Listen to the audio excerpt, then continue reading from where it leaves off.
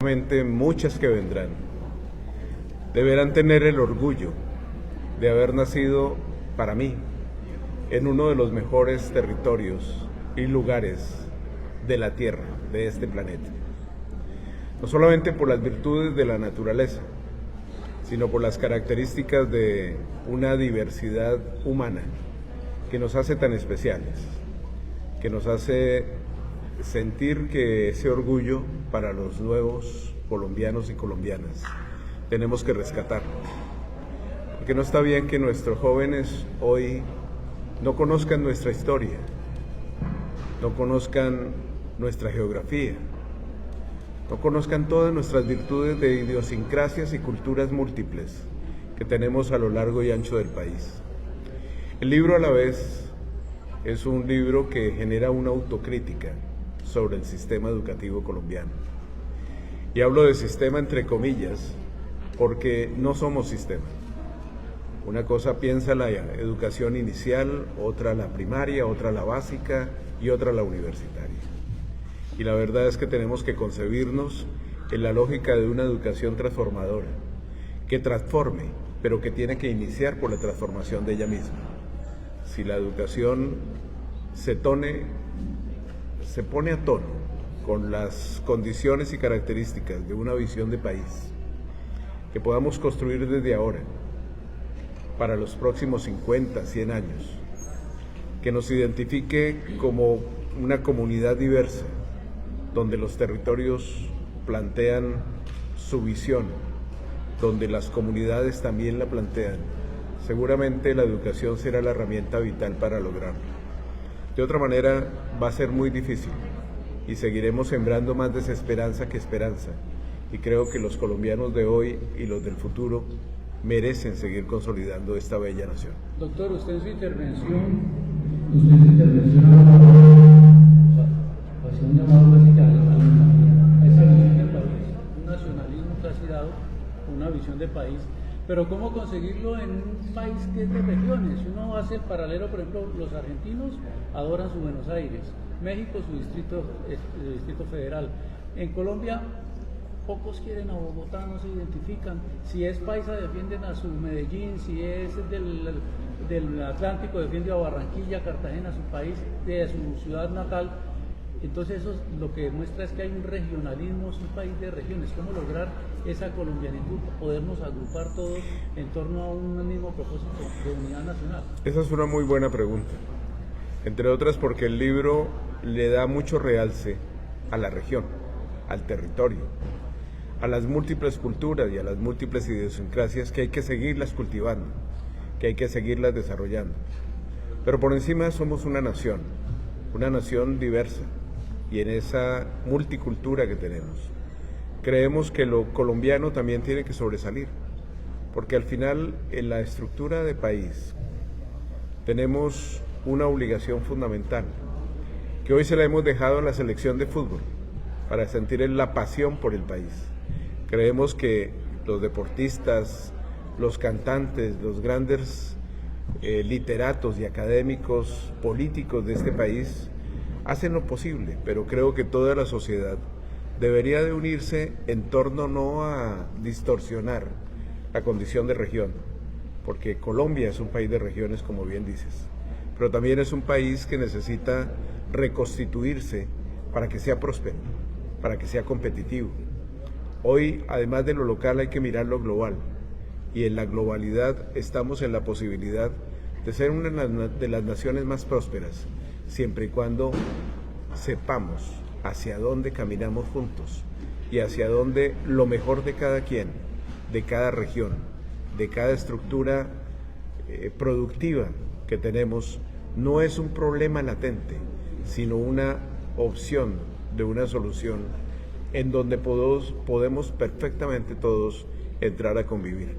Me parece que esto es la base también para construir políticas públicas educativas, pero también políticas públicas que se deriven para los diferentes sectores. Yo creo que hoy el desarrollo de las tecnologías, el desarrollo de las pedagogías han achicado el mundo y han achicado nuestras cercanías en torno a lo que implica sentirnos parte de una gran nación, pero también parte de las comunidades que habitamos. Rector, su libro se divide en 12 capítulos. Precisamente, ¿cuál es la propuesta concreta que usted hace para reformar el tema de la educación? El capítulo 12, que es una invitación a tomar un café con el autor, plantea una serie de claves que creo yo que son fundamentales para entender cómo en Colombia podemos vivir sabroso, que es el capítulo 10. Porque vivir sabroso no es la expresión simplemente de la señora viceministra, creo, de la vicepresidente, es también la expresión de una razón fundamental de lo que decía yo ahora en la reflexión. ¿Para qué vivimos a la existencia sino para ser felices? Lo que pasa es que mi felicidad no puede estar coartando la infelicidad de otros. Mi bienestar no puede estar limitado al malestar de otros. Yo creo que Colombia nos da a todos para que en una distribución de riqueza y no de pobreza podamos tener las garantías de unos servicios básicos, de unas condiciones dignas en todo tipo de territorios, por lejanos que ellos sean. Rector, ¿cómo, bueno, usted dice tiene 40 años en la parte de la docencia, es una experiencia pues impresionante. ¿Cómo lograr, digamos, cambiar la mentalidad de nuestro sistema educativo cuando primero nosotros queremos tener bachilleres a los 10 años? Hay padres que no, mi niño con 14 años ya se gradúa, todos quieren, muchos si pudieran graduar a los 10 años, fabuloso. Y además el sistema educativo, por lo menos aquí en Yopal se vive, 5:30 de la mañana niños para el colegio, cuando deberían estar en esa hora todavía descansando. Y se hace el paralelo, por ejemplo, le hablaba de la experiencia que usted tiene como educador. Finlandia, que es el país con la mejor educación inclusiva del mundo, allá el horario es de las 10 de la mañana a las 4 de la tarde y no dejan tareas, porque para ellos la hora de descanso de los niños es para pasarlas con la familia, no para hacer tareas. ¿Cómo cambiar, digamos, que esa mentalidad de querer nosotros bachilleres casi que a los 10 años? Me gusta la pregunta, porque el modelo de la UNAD también se ha inspirado en el modelo finlandés. El modelo finlandés tiene un referente fundamental que se llama confianza. Cuando la confianza se extiende, indudablemente la obligación se flexibiliza. Y estoy de acuerdo con usted. El primer lugar que deberían de saborear los niños para encontrar la felicidad debe ser la escuela y el colegio. Y eso significa también entender que sus condiciones básicas de crecimiento, de aprendizaje, están cubiertas. Yo nunca he entendido aquello de una educación que se vuelve terriblemente rígida y resistente al cambio, cuando debería ser la que debe propiciar la flexibilidad por un lado, pero sobre todo la apertura mental. Ustedes saben muy bien lo que dijo Einstein. Las mentes son como los paracaídas, si no se abren no sirven para nada. Indudablemente, bajo esa perspectiva, la condición con la cual el libro invita es a una transformación real y efectiva que parta de las propias instituciones educativas, de sus directivas, de la conversación, del diálogo que hay que hacer con los estamentos, porque la gran ventaja de la educación es justo eso. Cuando el diálogo se propicia desde argumentos, no se va por encima del otro. El mejor argumento siempre es el que triunfa, pero cuando no hay argumento, la imposición, la violencia y la fuerza es la que genera iras. Y ustedes saben muy bien que la violencia siempre generará más violencia. Y lo que tenemos que hacer es construir escenarios de paz, de diálogo, dentro de las propias comunidades educativas, para que sean los docentes los que sirvan de ejemplo para sus estudiantes. ¿Cómo rescatar, por ejemplo, ese tema de la educación que antiguamente, pues la educación se manejaba de una manera diferente, ¿no? Se sentía como más esa cultura, ese enfoque, se le enseñaba a los niños más todo el tema pues de la cultura, así como para que eso no se vaya perdiendo. Actualmente ya los niños no los vemos leyendo un libro, yendo a las bibliotecas, sino lo que usted decía, el tema de la tecnología pues ha arrastrado todo esto. ¿Cómo podemos rescatar pues ese tema de la cultura, volver a enseñar como antes se hacía? Todo lo contrario, hay que enseñar en el devenir de los tiempos. Como aprendimos antes, muchos lo aprovecharon, pero muchos ni siquiera tuvieron la oportunidad de pisar un colegio, de pisar una escuela, y cuando la pisaron, la encontraron llena de indignidad. Hoy yo creo que justo las tecnologías nos ayudan a cerrar las brechas y las nuevas pedagogías hoy ya no hablan de la transmisión de conocimiento, hablan de la gestión de conocimiento. El modelo de nuestra universidad es eso, y lo influyó mucho en términos de no solamente este libro, sino otros que he escrito, en donde se habla de cómo la educación, la virtualidad, tienen que estar ligadas a la innovación, a la necesaria transformación de los roles. El docente que solamente habla y solamente repite una información por años y por generaciones, ya no es un docente que pueda estar en la lógica de una educación moderna. Hoy para eso están las plataformas. Para eso, cuando usted busca algo, por millones las plataformas a través de la tecnología le responden. ¿Eso qué quiere decir?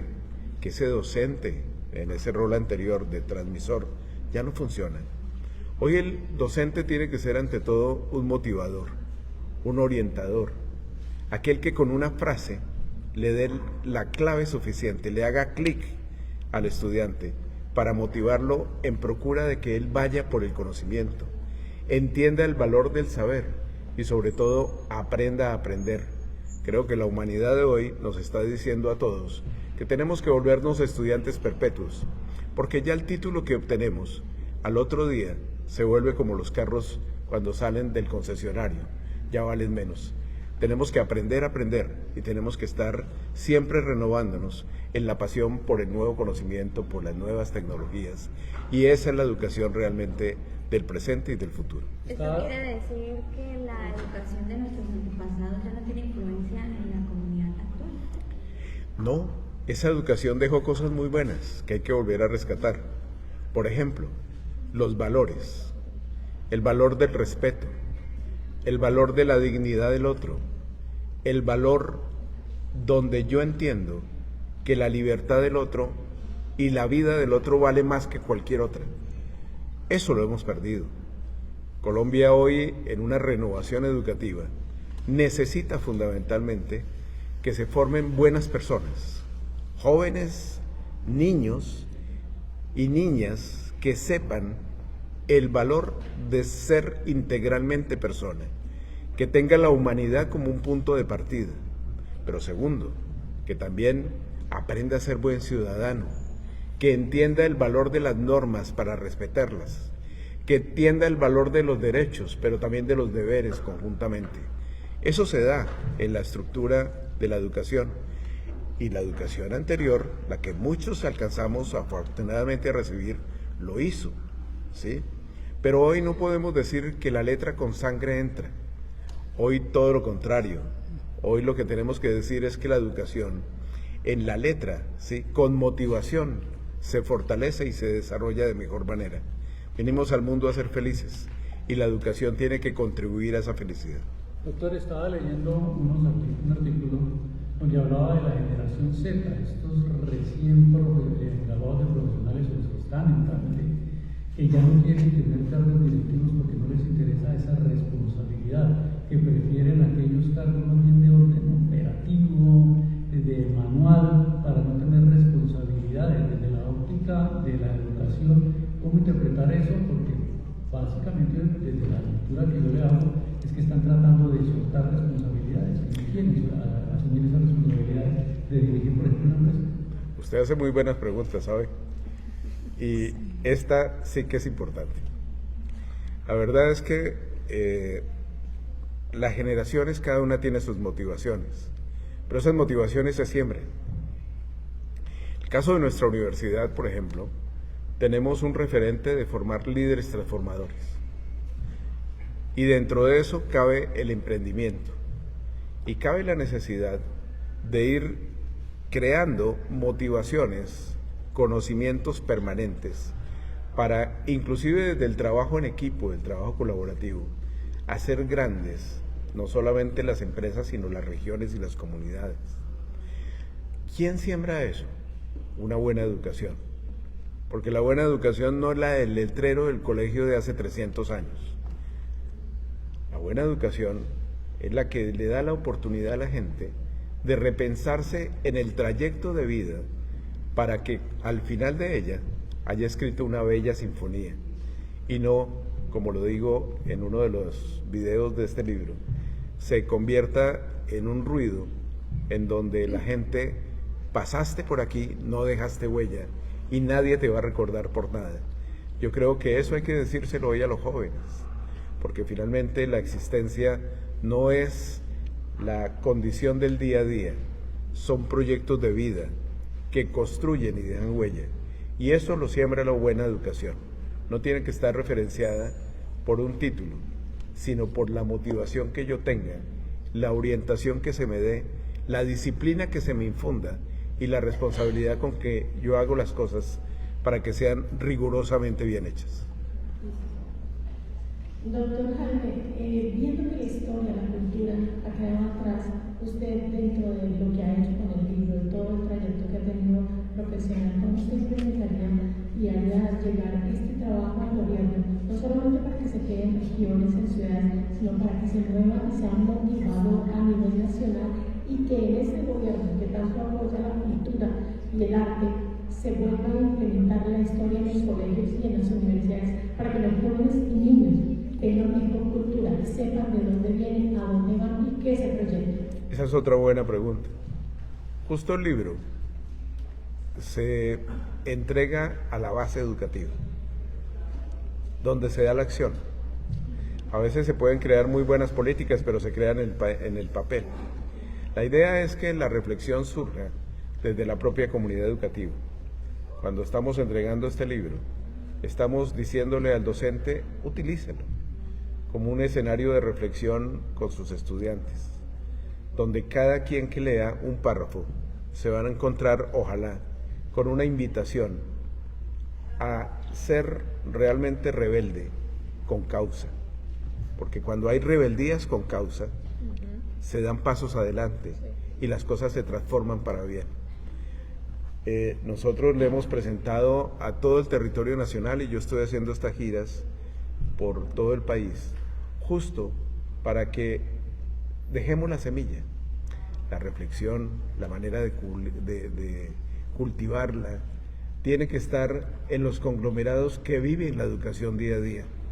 Y qué mejor que el niño del colegio, que el niño de la escuela, con la compañía de su maestro, pueda entender cuál es nuestra historia, de dónde venimos, cuáles son las grandes riquezas, no solamente naturales, sino espirituales que tenemos, cómo tenemos que aprender a vivir en la diversidad, cómo aprender desde la lógica del argumento y del conocimiento como una medida donde indudablemente la educación vuelva a tomar la trascendencia que hoy ha perdido. Usted le pregunta hoy a un niño que quiere ser, y nos dice que quiere ser youtuber, o que quiere ser tiktoker se dice hoy, ¿cierto? Entonces, no, yo creo que la educación tiene que volver a reactivarse por dentro, con la voluntad de sus propios directivos, con la voluntad de sus propios docentes, para que los estudiantes entiendan que son un relevo generacional fundamental en la transformación del país. No creamos que la paz simplemente es una firma de un papel. La paz se construye cuando el bienestar se expande para las sociedades completas, para las comunidades completas. Y eso creo yo que lo siembra una educación que cree en la mente la posibilidad de la transformación con quienes viven los problemas para que sean ellos quienes coadyuven la solución de los mismos. Vamos a la última pregunta porque nos están esperando nosotros. Okay.